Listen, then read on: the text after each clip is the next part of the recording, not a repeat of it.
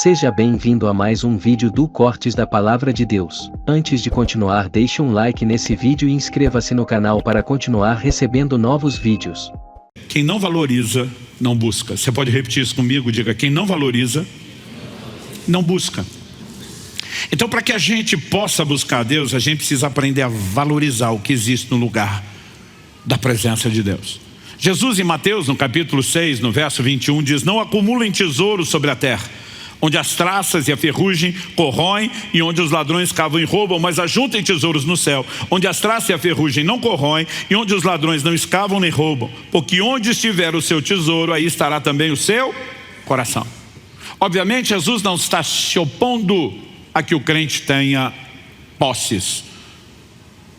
Na verdade, alguém definiu a avareza da seguinte forma: o avarento não possui as coisas, são as coisas que o possuem. Jesus está falando de acúmulo. Jesus está falando de um posicionamento onde a pessoa se torna uma espécie de represa e ela simplesmente não só não reparte o que tem, como cada vez quer juntar mais. E diz: onde está o seu tesouro, aquilo que você valoriza, seu coração segue para lá. Então quem valoriza demais as coisas materiais vai dedicar tempo, energia, atenção, empenho a isso. Mas quem valoriza as coisas espirituais, ele começa a pensar: eu quero entesourar é no céu. Porque se ele percebe que esse é o lugar de valor, o coração acompanha. Então o que eu e você precisamos entender é que isso é enfatizado ao longo das Escrituras. Em Colossenses, no capítulo 3, de 1 a 3, a Bíblia nos mostra que nós vamos buscar aquilo que compreendemos ser mais importante. O apóstolo diz: portanto, se vocês foram ressuscitados juntamente com Cristo, busquem as coisas lá do alto, onde Cristo vive, assentado à direita de Deus. Pensem nas coisas lá do alto e não nas que são aqui da terra, porque vocês morreram e a vida de vocês está oculta juntamente com Cristo em Deus. Está dizendo: gente, vocês morreram para o mundo, por que é que estão valorizando isso? Morrer para isso significa que isso tem que perder importância. Agora, se vocês foram ressuscitados com Cristo para estar com Ele, busca as coisas onde Cristo está. Pense nas coisas onde Cristo está. Normalmente é aquilo que nós conseguimos mudar a percepção de valor, que direciona o nosso coração e a nossa busca. No ano passado eu comecei a falar bastante, ligado ao jejum, sobre o assunto de fome. Fome de quê? Eu me lembro que num determinado momento ouvi meu amigo Douglas Gonçalves do Jesus Cop citando alguém que eu já não sei quem é para dar a fonte. E ele, numa outra mensagem, falou algo que eu achei interessante, estava bem alinhado. Ele diz: a moeda do reino é a fome. Primeira reação que muitos têm é: moeda do reino. No reino de Deus as coisas são de graça. Mas esse linguajar de compra vai aparecer várias vezes na Bíblia. E nós precisamos entender, obviamente, a analogia que é feita. Mas no livro do Apocalipse o Senhor se dirige à igreja de Laodiceia e diz: aconselho-te que de mim compres ouro refinado no fogo, vestes brancas para que te vistas, colírio para ungir os seus olhos. Interessante que ele aconselha a comprar, logo depois de dizer: você é miserável e pobre. Ué, se é tão miserável, vai comprar com o quê? Mas no reino de Deus não se compra com dinheiro. A moeda de troca é outra. Em Isaías 55, o texto que o Douglas citava, nós lemos assim: todos vocês que têm sede, venham às águas, e vocês que não têm dinheiro, venham, comprem e comam. Sim, venham e comprem, sem dinheiro e sem preço, vinho e leite. Como é que se compra sem dinheiro e sem preço? A nossa cabeça diz: espera aí, a pessoa não tem dinheiro e não tem condições de pagar se a gente estabelecer um preço, mas ela está faminta e sedenta, então nós vamos doar. E doação a gente não classifica a venda, a gente chama de 0,800 na faixa. Mas como é que se compra sem dinheiro? Ele está dizendo: se você tem sede, vem às águas. Se você tem fome, vem buscar alimento. Em vez de apenas dizer que a moeda do reino é fome, a moeda do reino é interesse. Ele diz: tem sede, está interessado na água, vem para cá, porque o interesse te dá acesso. Tem fome, vem para o meu alimento. Isaías 44:3, Deus diz: derramarei água sobre o sedento. Ele não está dizendo que vai derramar água sobre todo mundo. Ele está dizendo: eu vou derramar água para quem valoriza a água, para quem quer a água, para quem vai aproveitar a água, para quem não vai desperdiçá-la. Porque se não tem interesse, não tem acesso. É por isso que Jesus fala com os discípulos: não lancem pérolas aos porcos. Olha o contexto. Ele está falando de pregar a palavra. E Deus deseja que todos se salvem, mas Ele diz: tem alguém que não está valorizando, não dê o que é de valor para quem não tem interesse. Porque o que nos dá acesso é o interesse. Então nós precisamos entender, só vai buscar a Deus quem realmente consegue entender o valor que Deus tem. Agora, quem dá valor a outras coisas se direciona no seu interesse pela busca de outras coisas. Isso é um fato. Então, estabelecido isso como um fundamento bíblico, a pergunta lógica que vem na sequência, é o segundo ponto que eu quero destacar, é: o que me impede de valorizar mais a Deus? Porque se eu vou buscar o que eu valorizo, por que é que eu não estou buscando tanto? Quando eu olho para as Escrituras, para mim é evidente que a valorização de outras coisas em detrimento do valor de Deus tem se tornado o nosso grande problema. Logo depois de dizer onde está o tesouro, está o coração, em Mateus 6:24, Jesus diz: ninguém pode servir a dois senhores, porque ou irá odiar um e amar o outro, ou irá se dedicar a um e desprezar o outro. Vocês não podem servir a Deus e as riquezas. Ele diz: não tem jeito. Se você está se dividindo entre dois senhores, ou você se dedica para o lado de cá e falta do lado de lá, ou você se dedica para o lado de cá e falta do outro.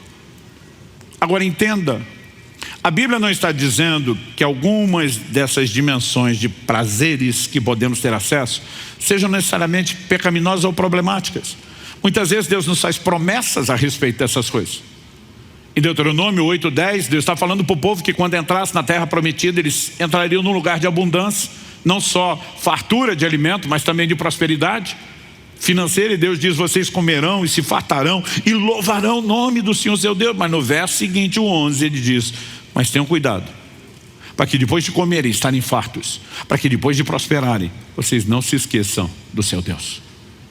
Então Deus está dizendo: eu nunca tenho problema com as outras fontes de prazeres, desde que elas não concorram comigo. Mas o fato é que muitas vezes o homem se permite entrar no lugar onde a atração dos outros prazeres vira concorrência. Em Lucas, no capítulo 8, no verso 14, explicando a parábola do semeador, Jesus diz que a parte caiu entre espinhos. São os que ouviram, e não imediatamente. Ele diz: no decorrer dos dias. Porque tem muita gente que começa bem a vida cristã, ele só não consegue durar muito.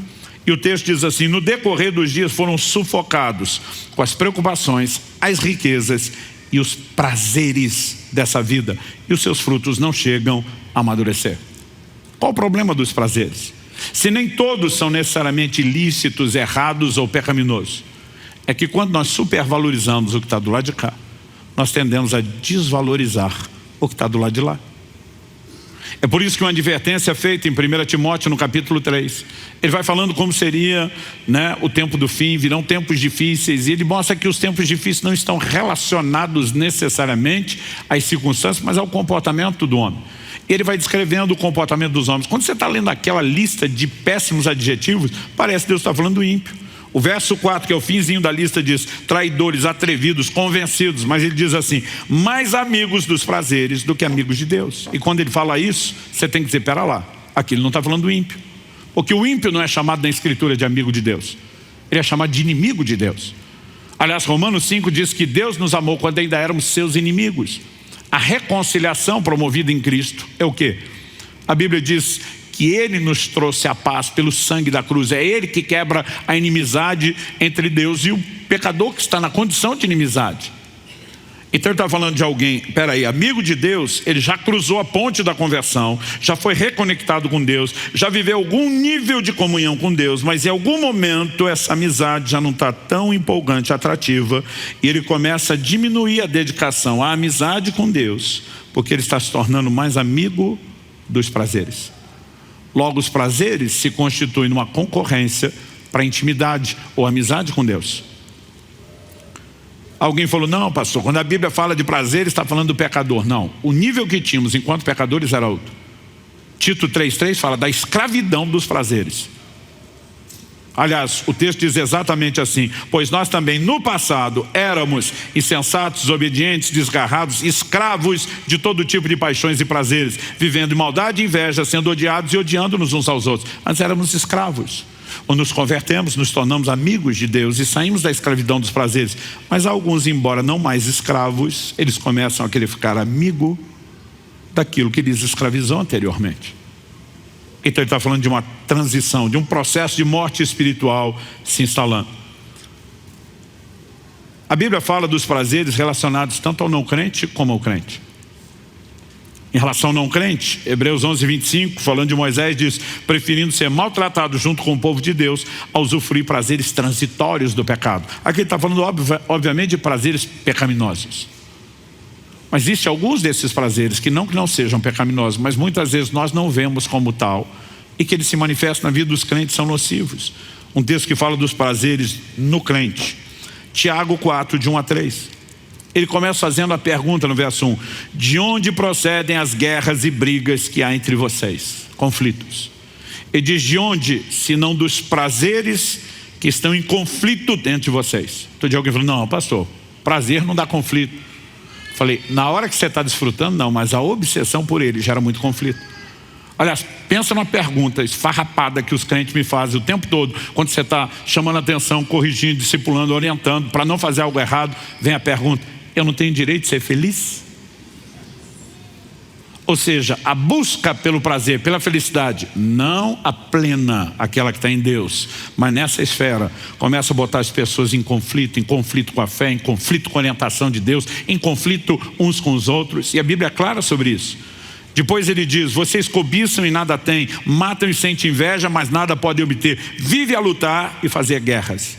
Então ele conclui: nada tem porque não pede. É aquele nível de crente que nem orar ora e não vai ver intervenção de Deus.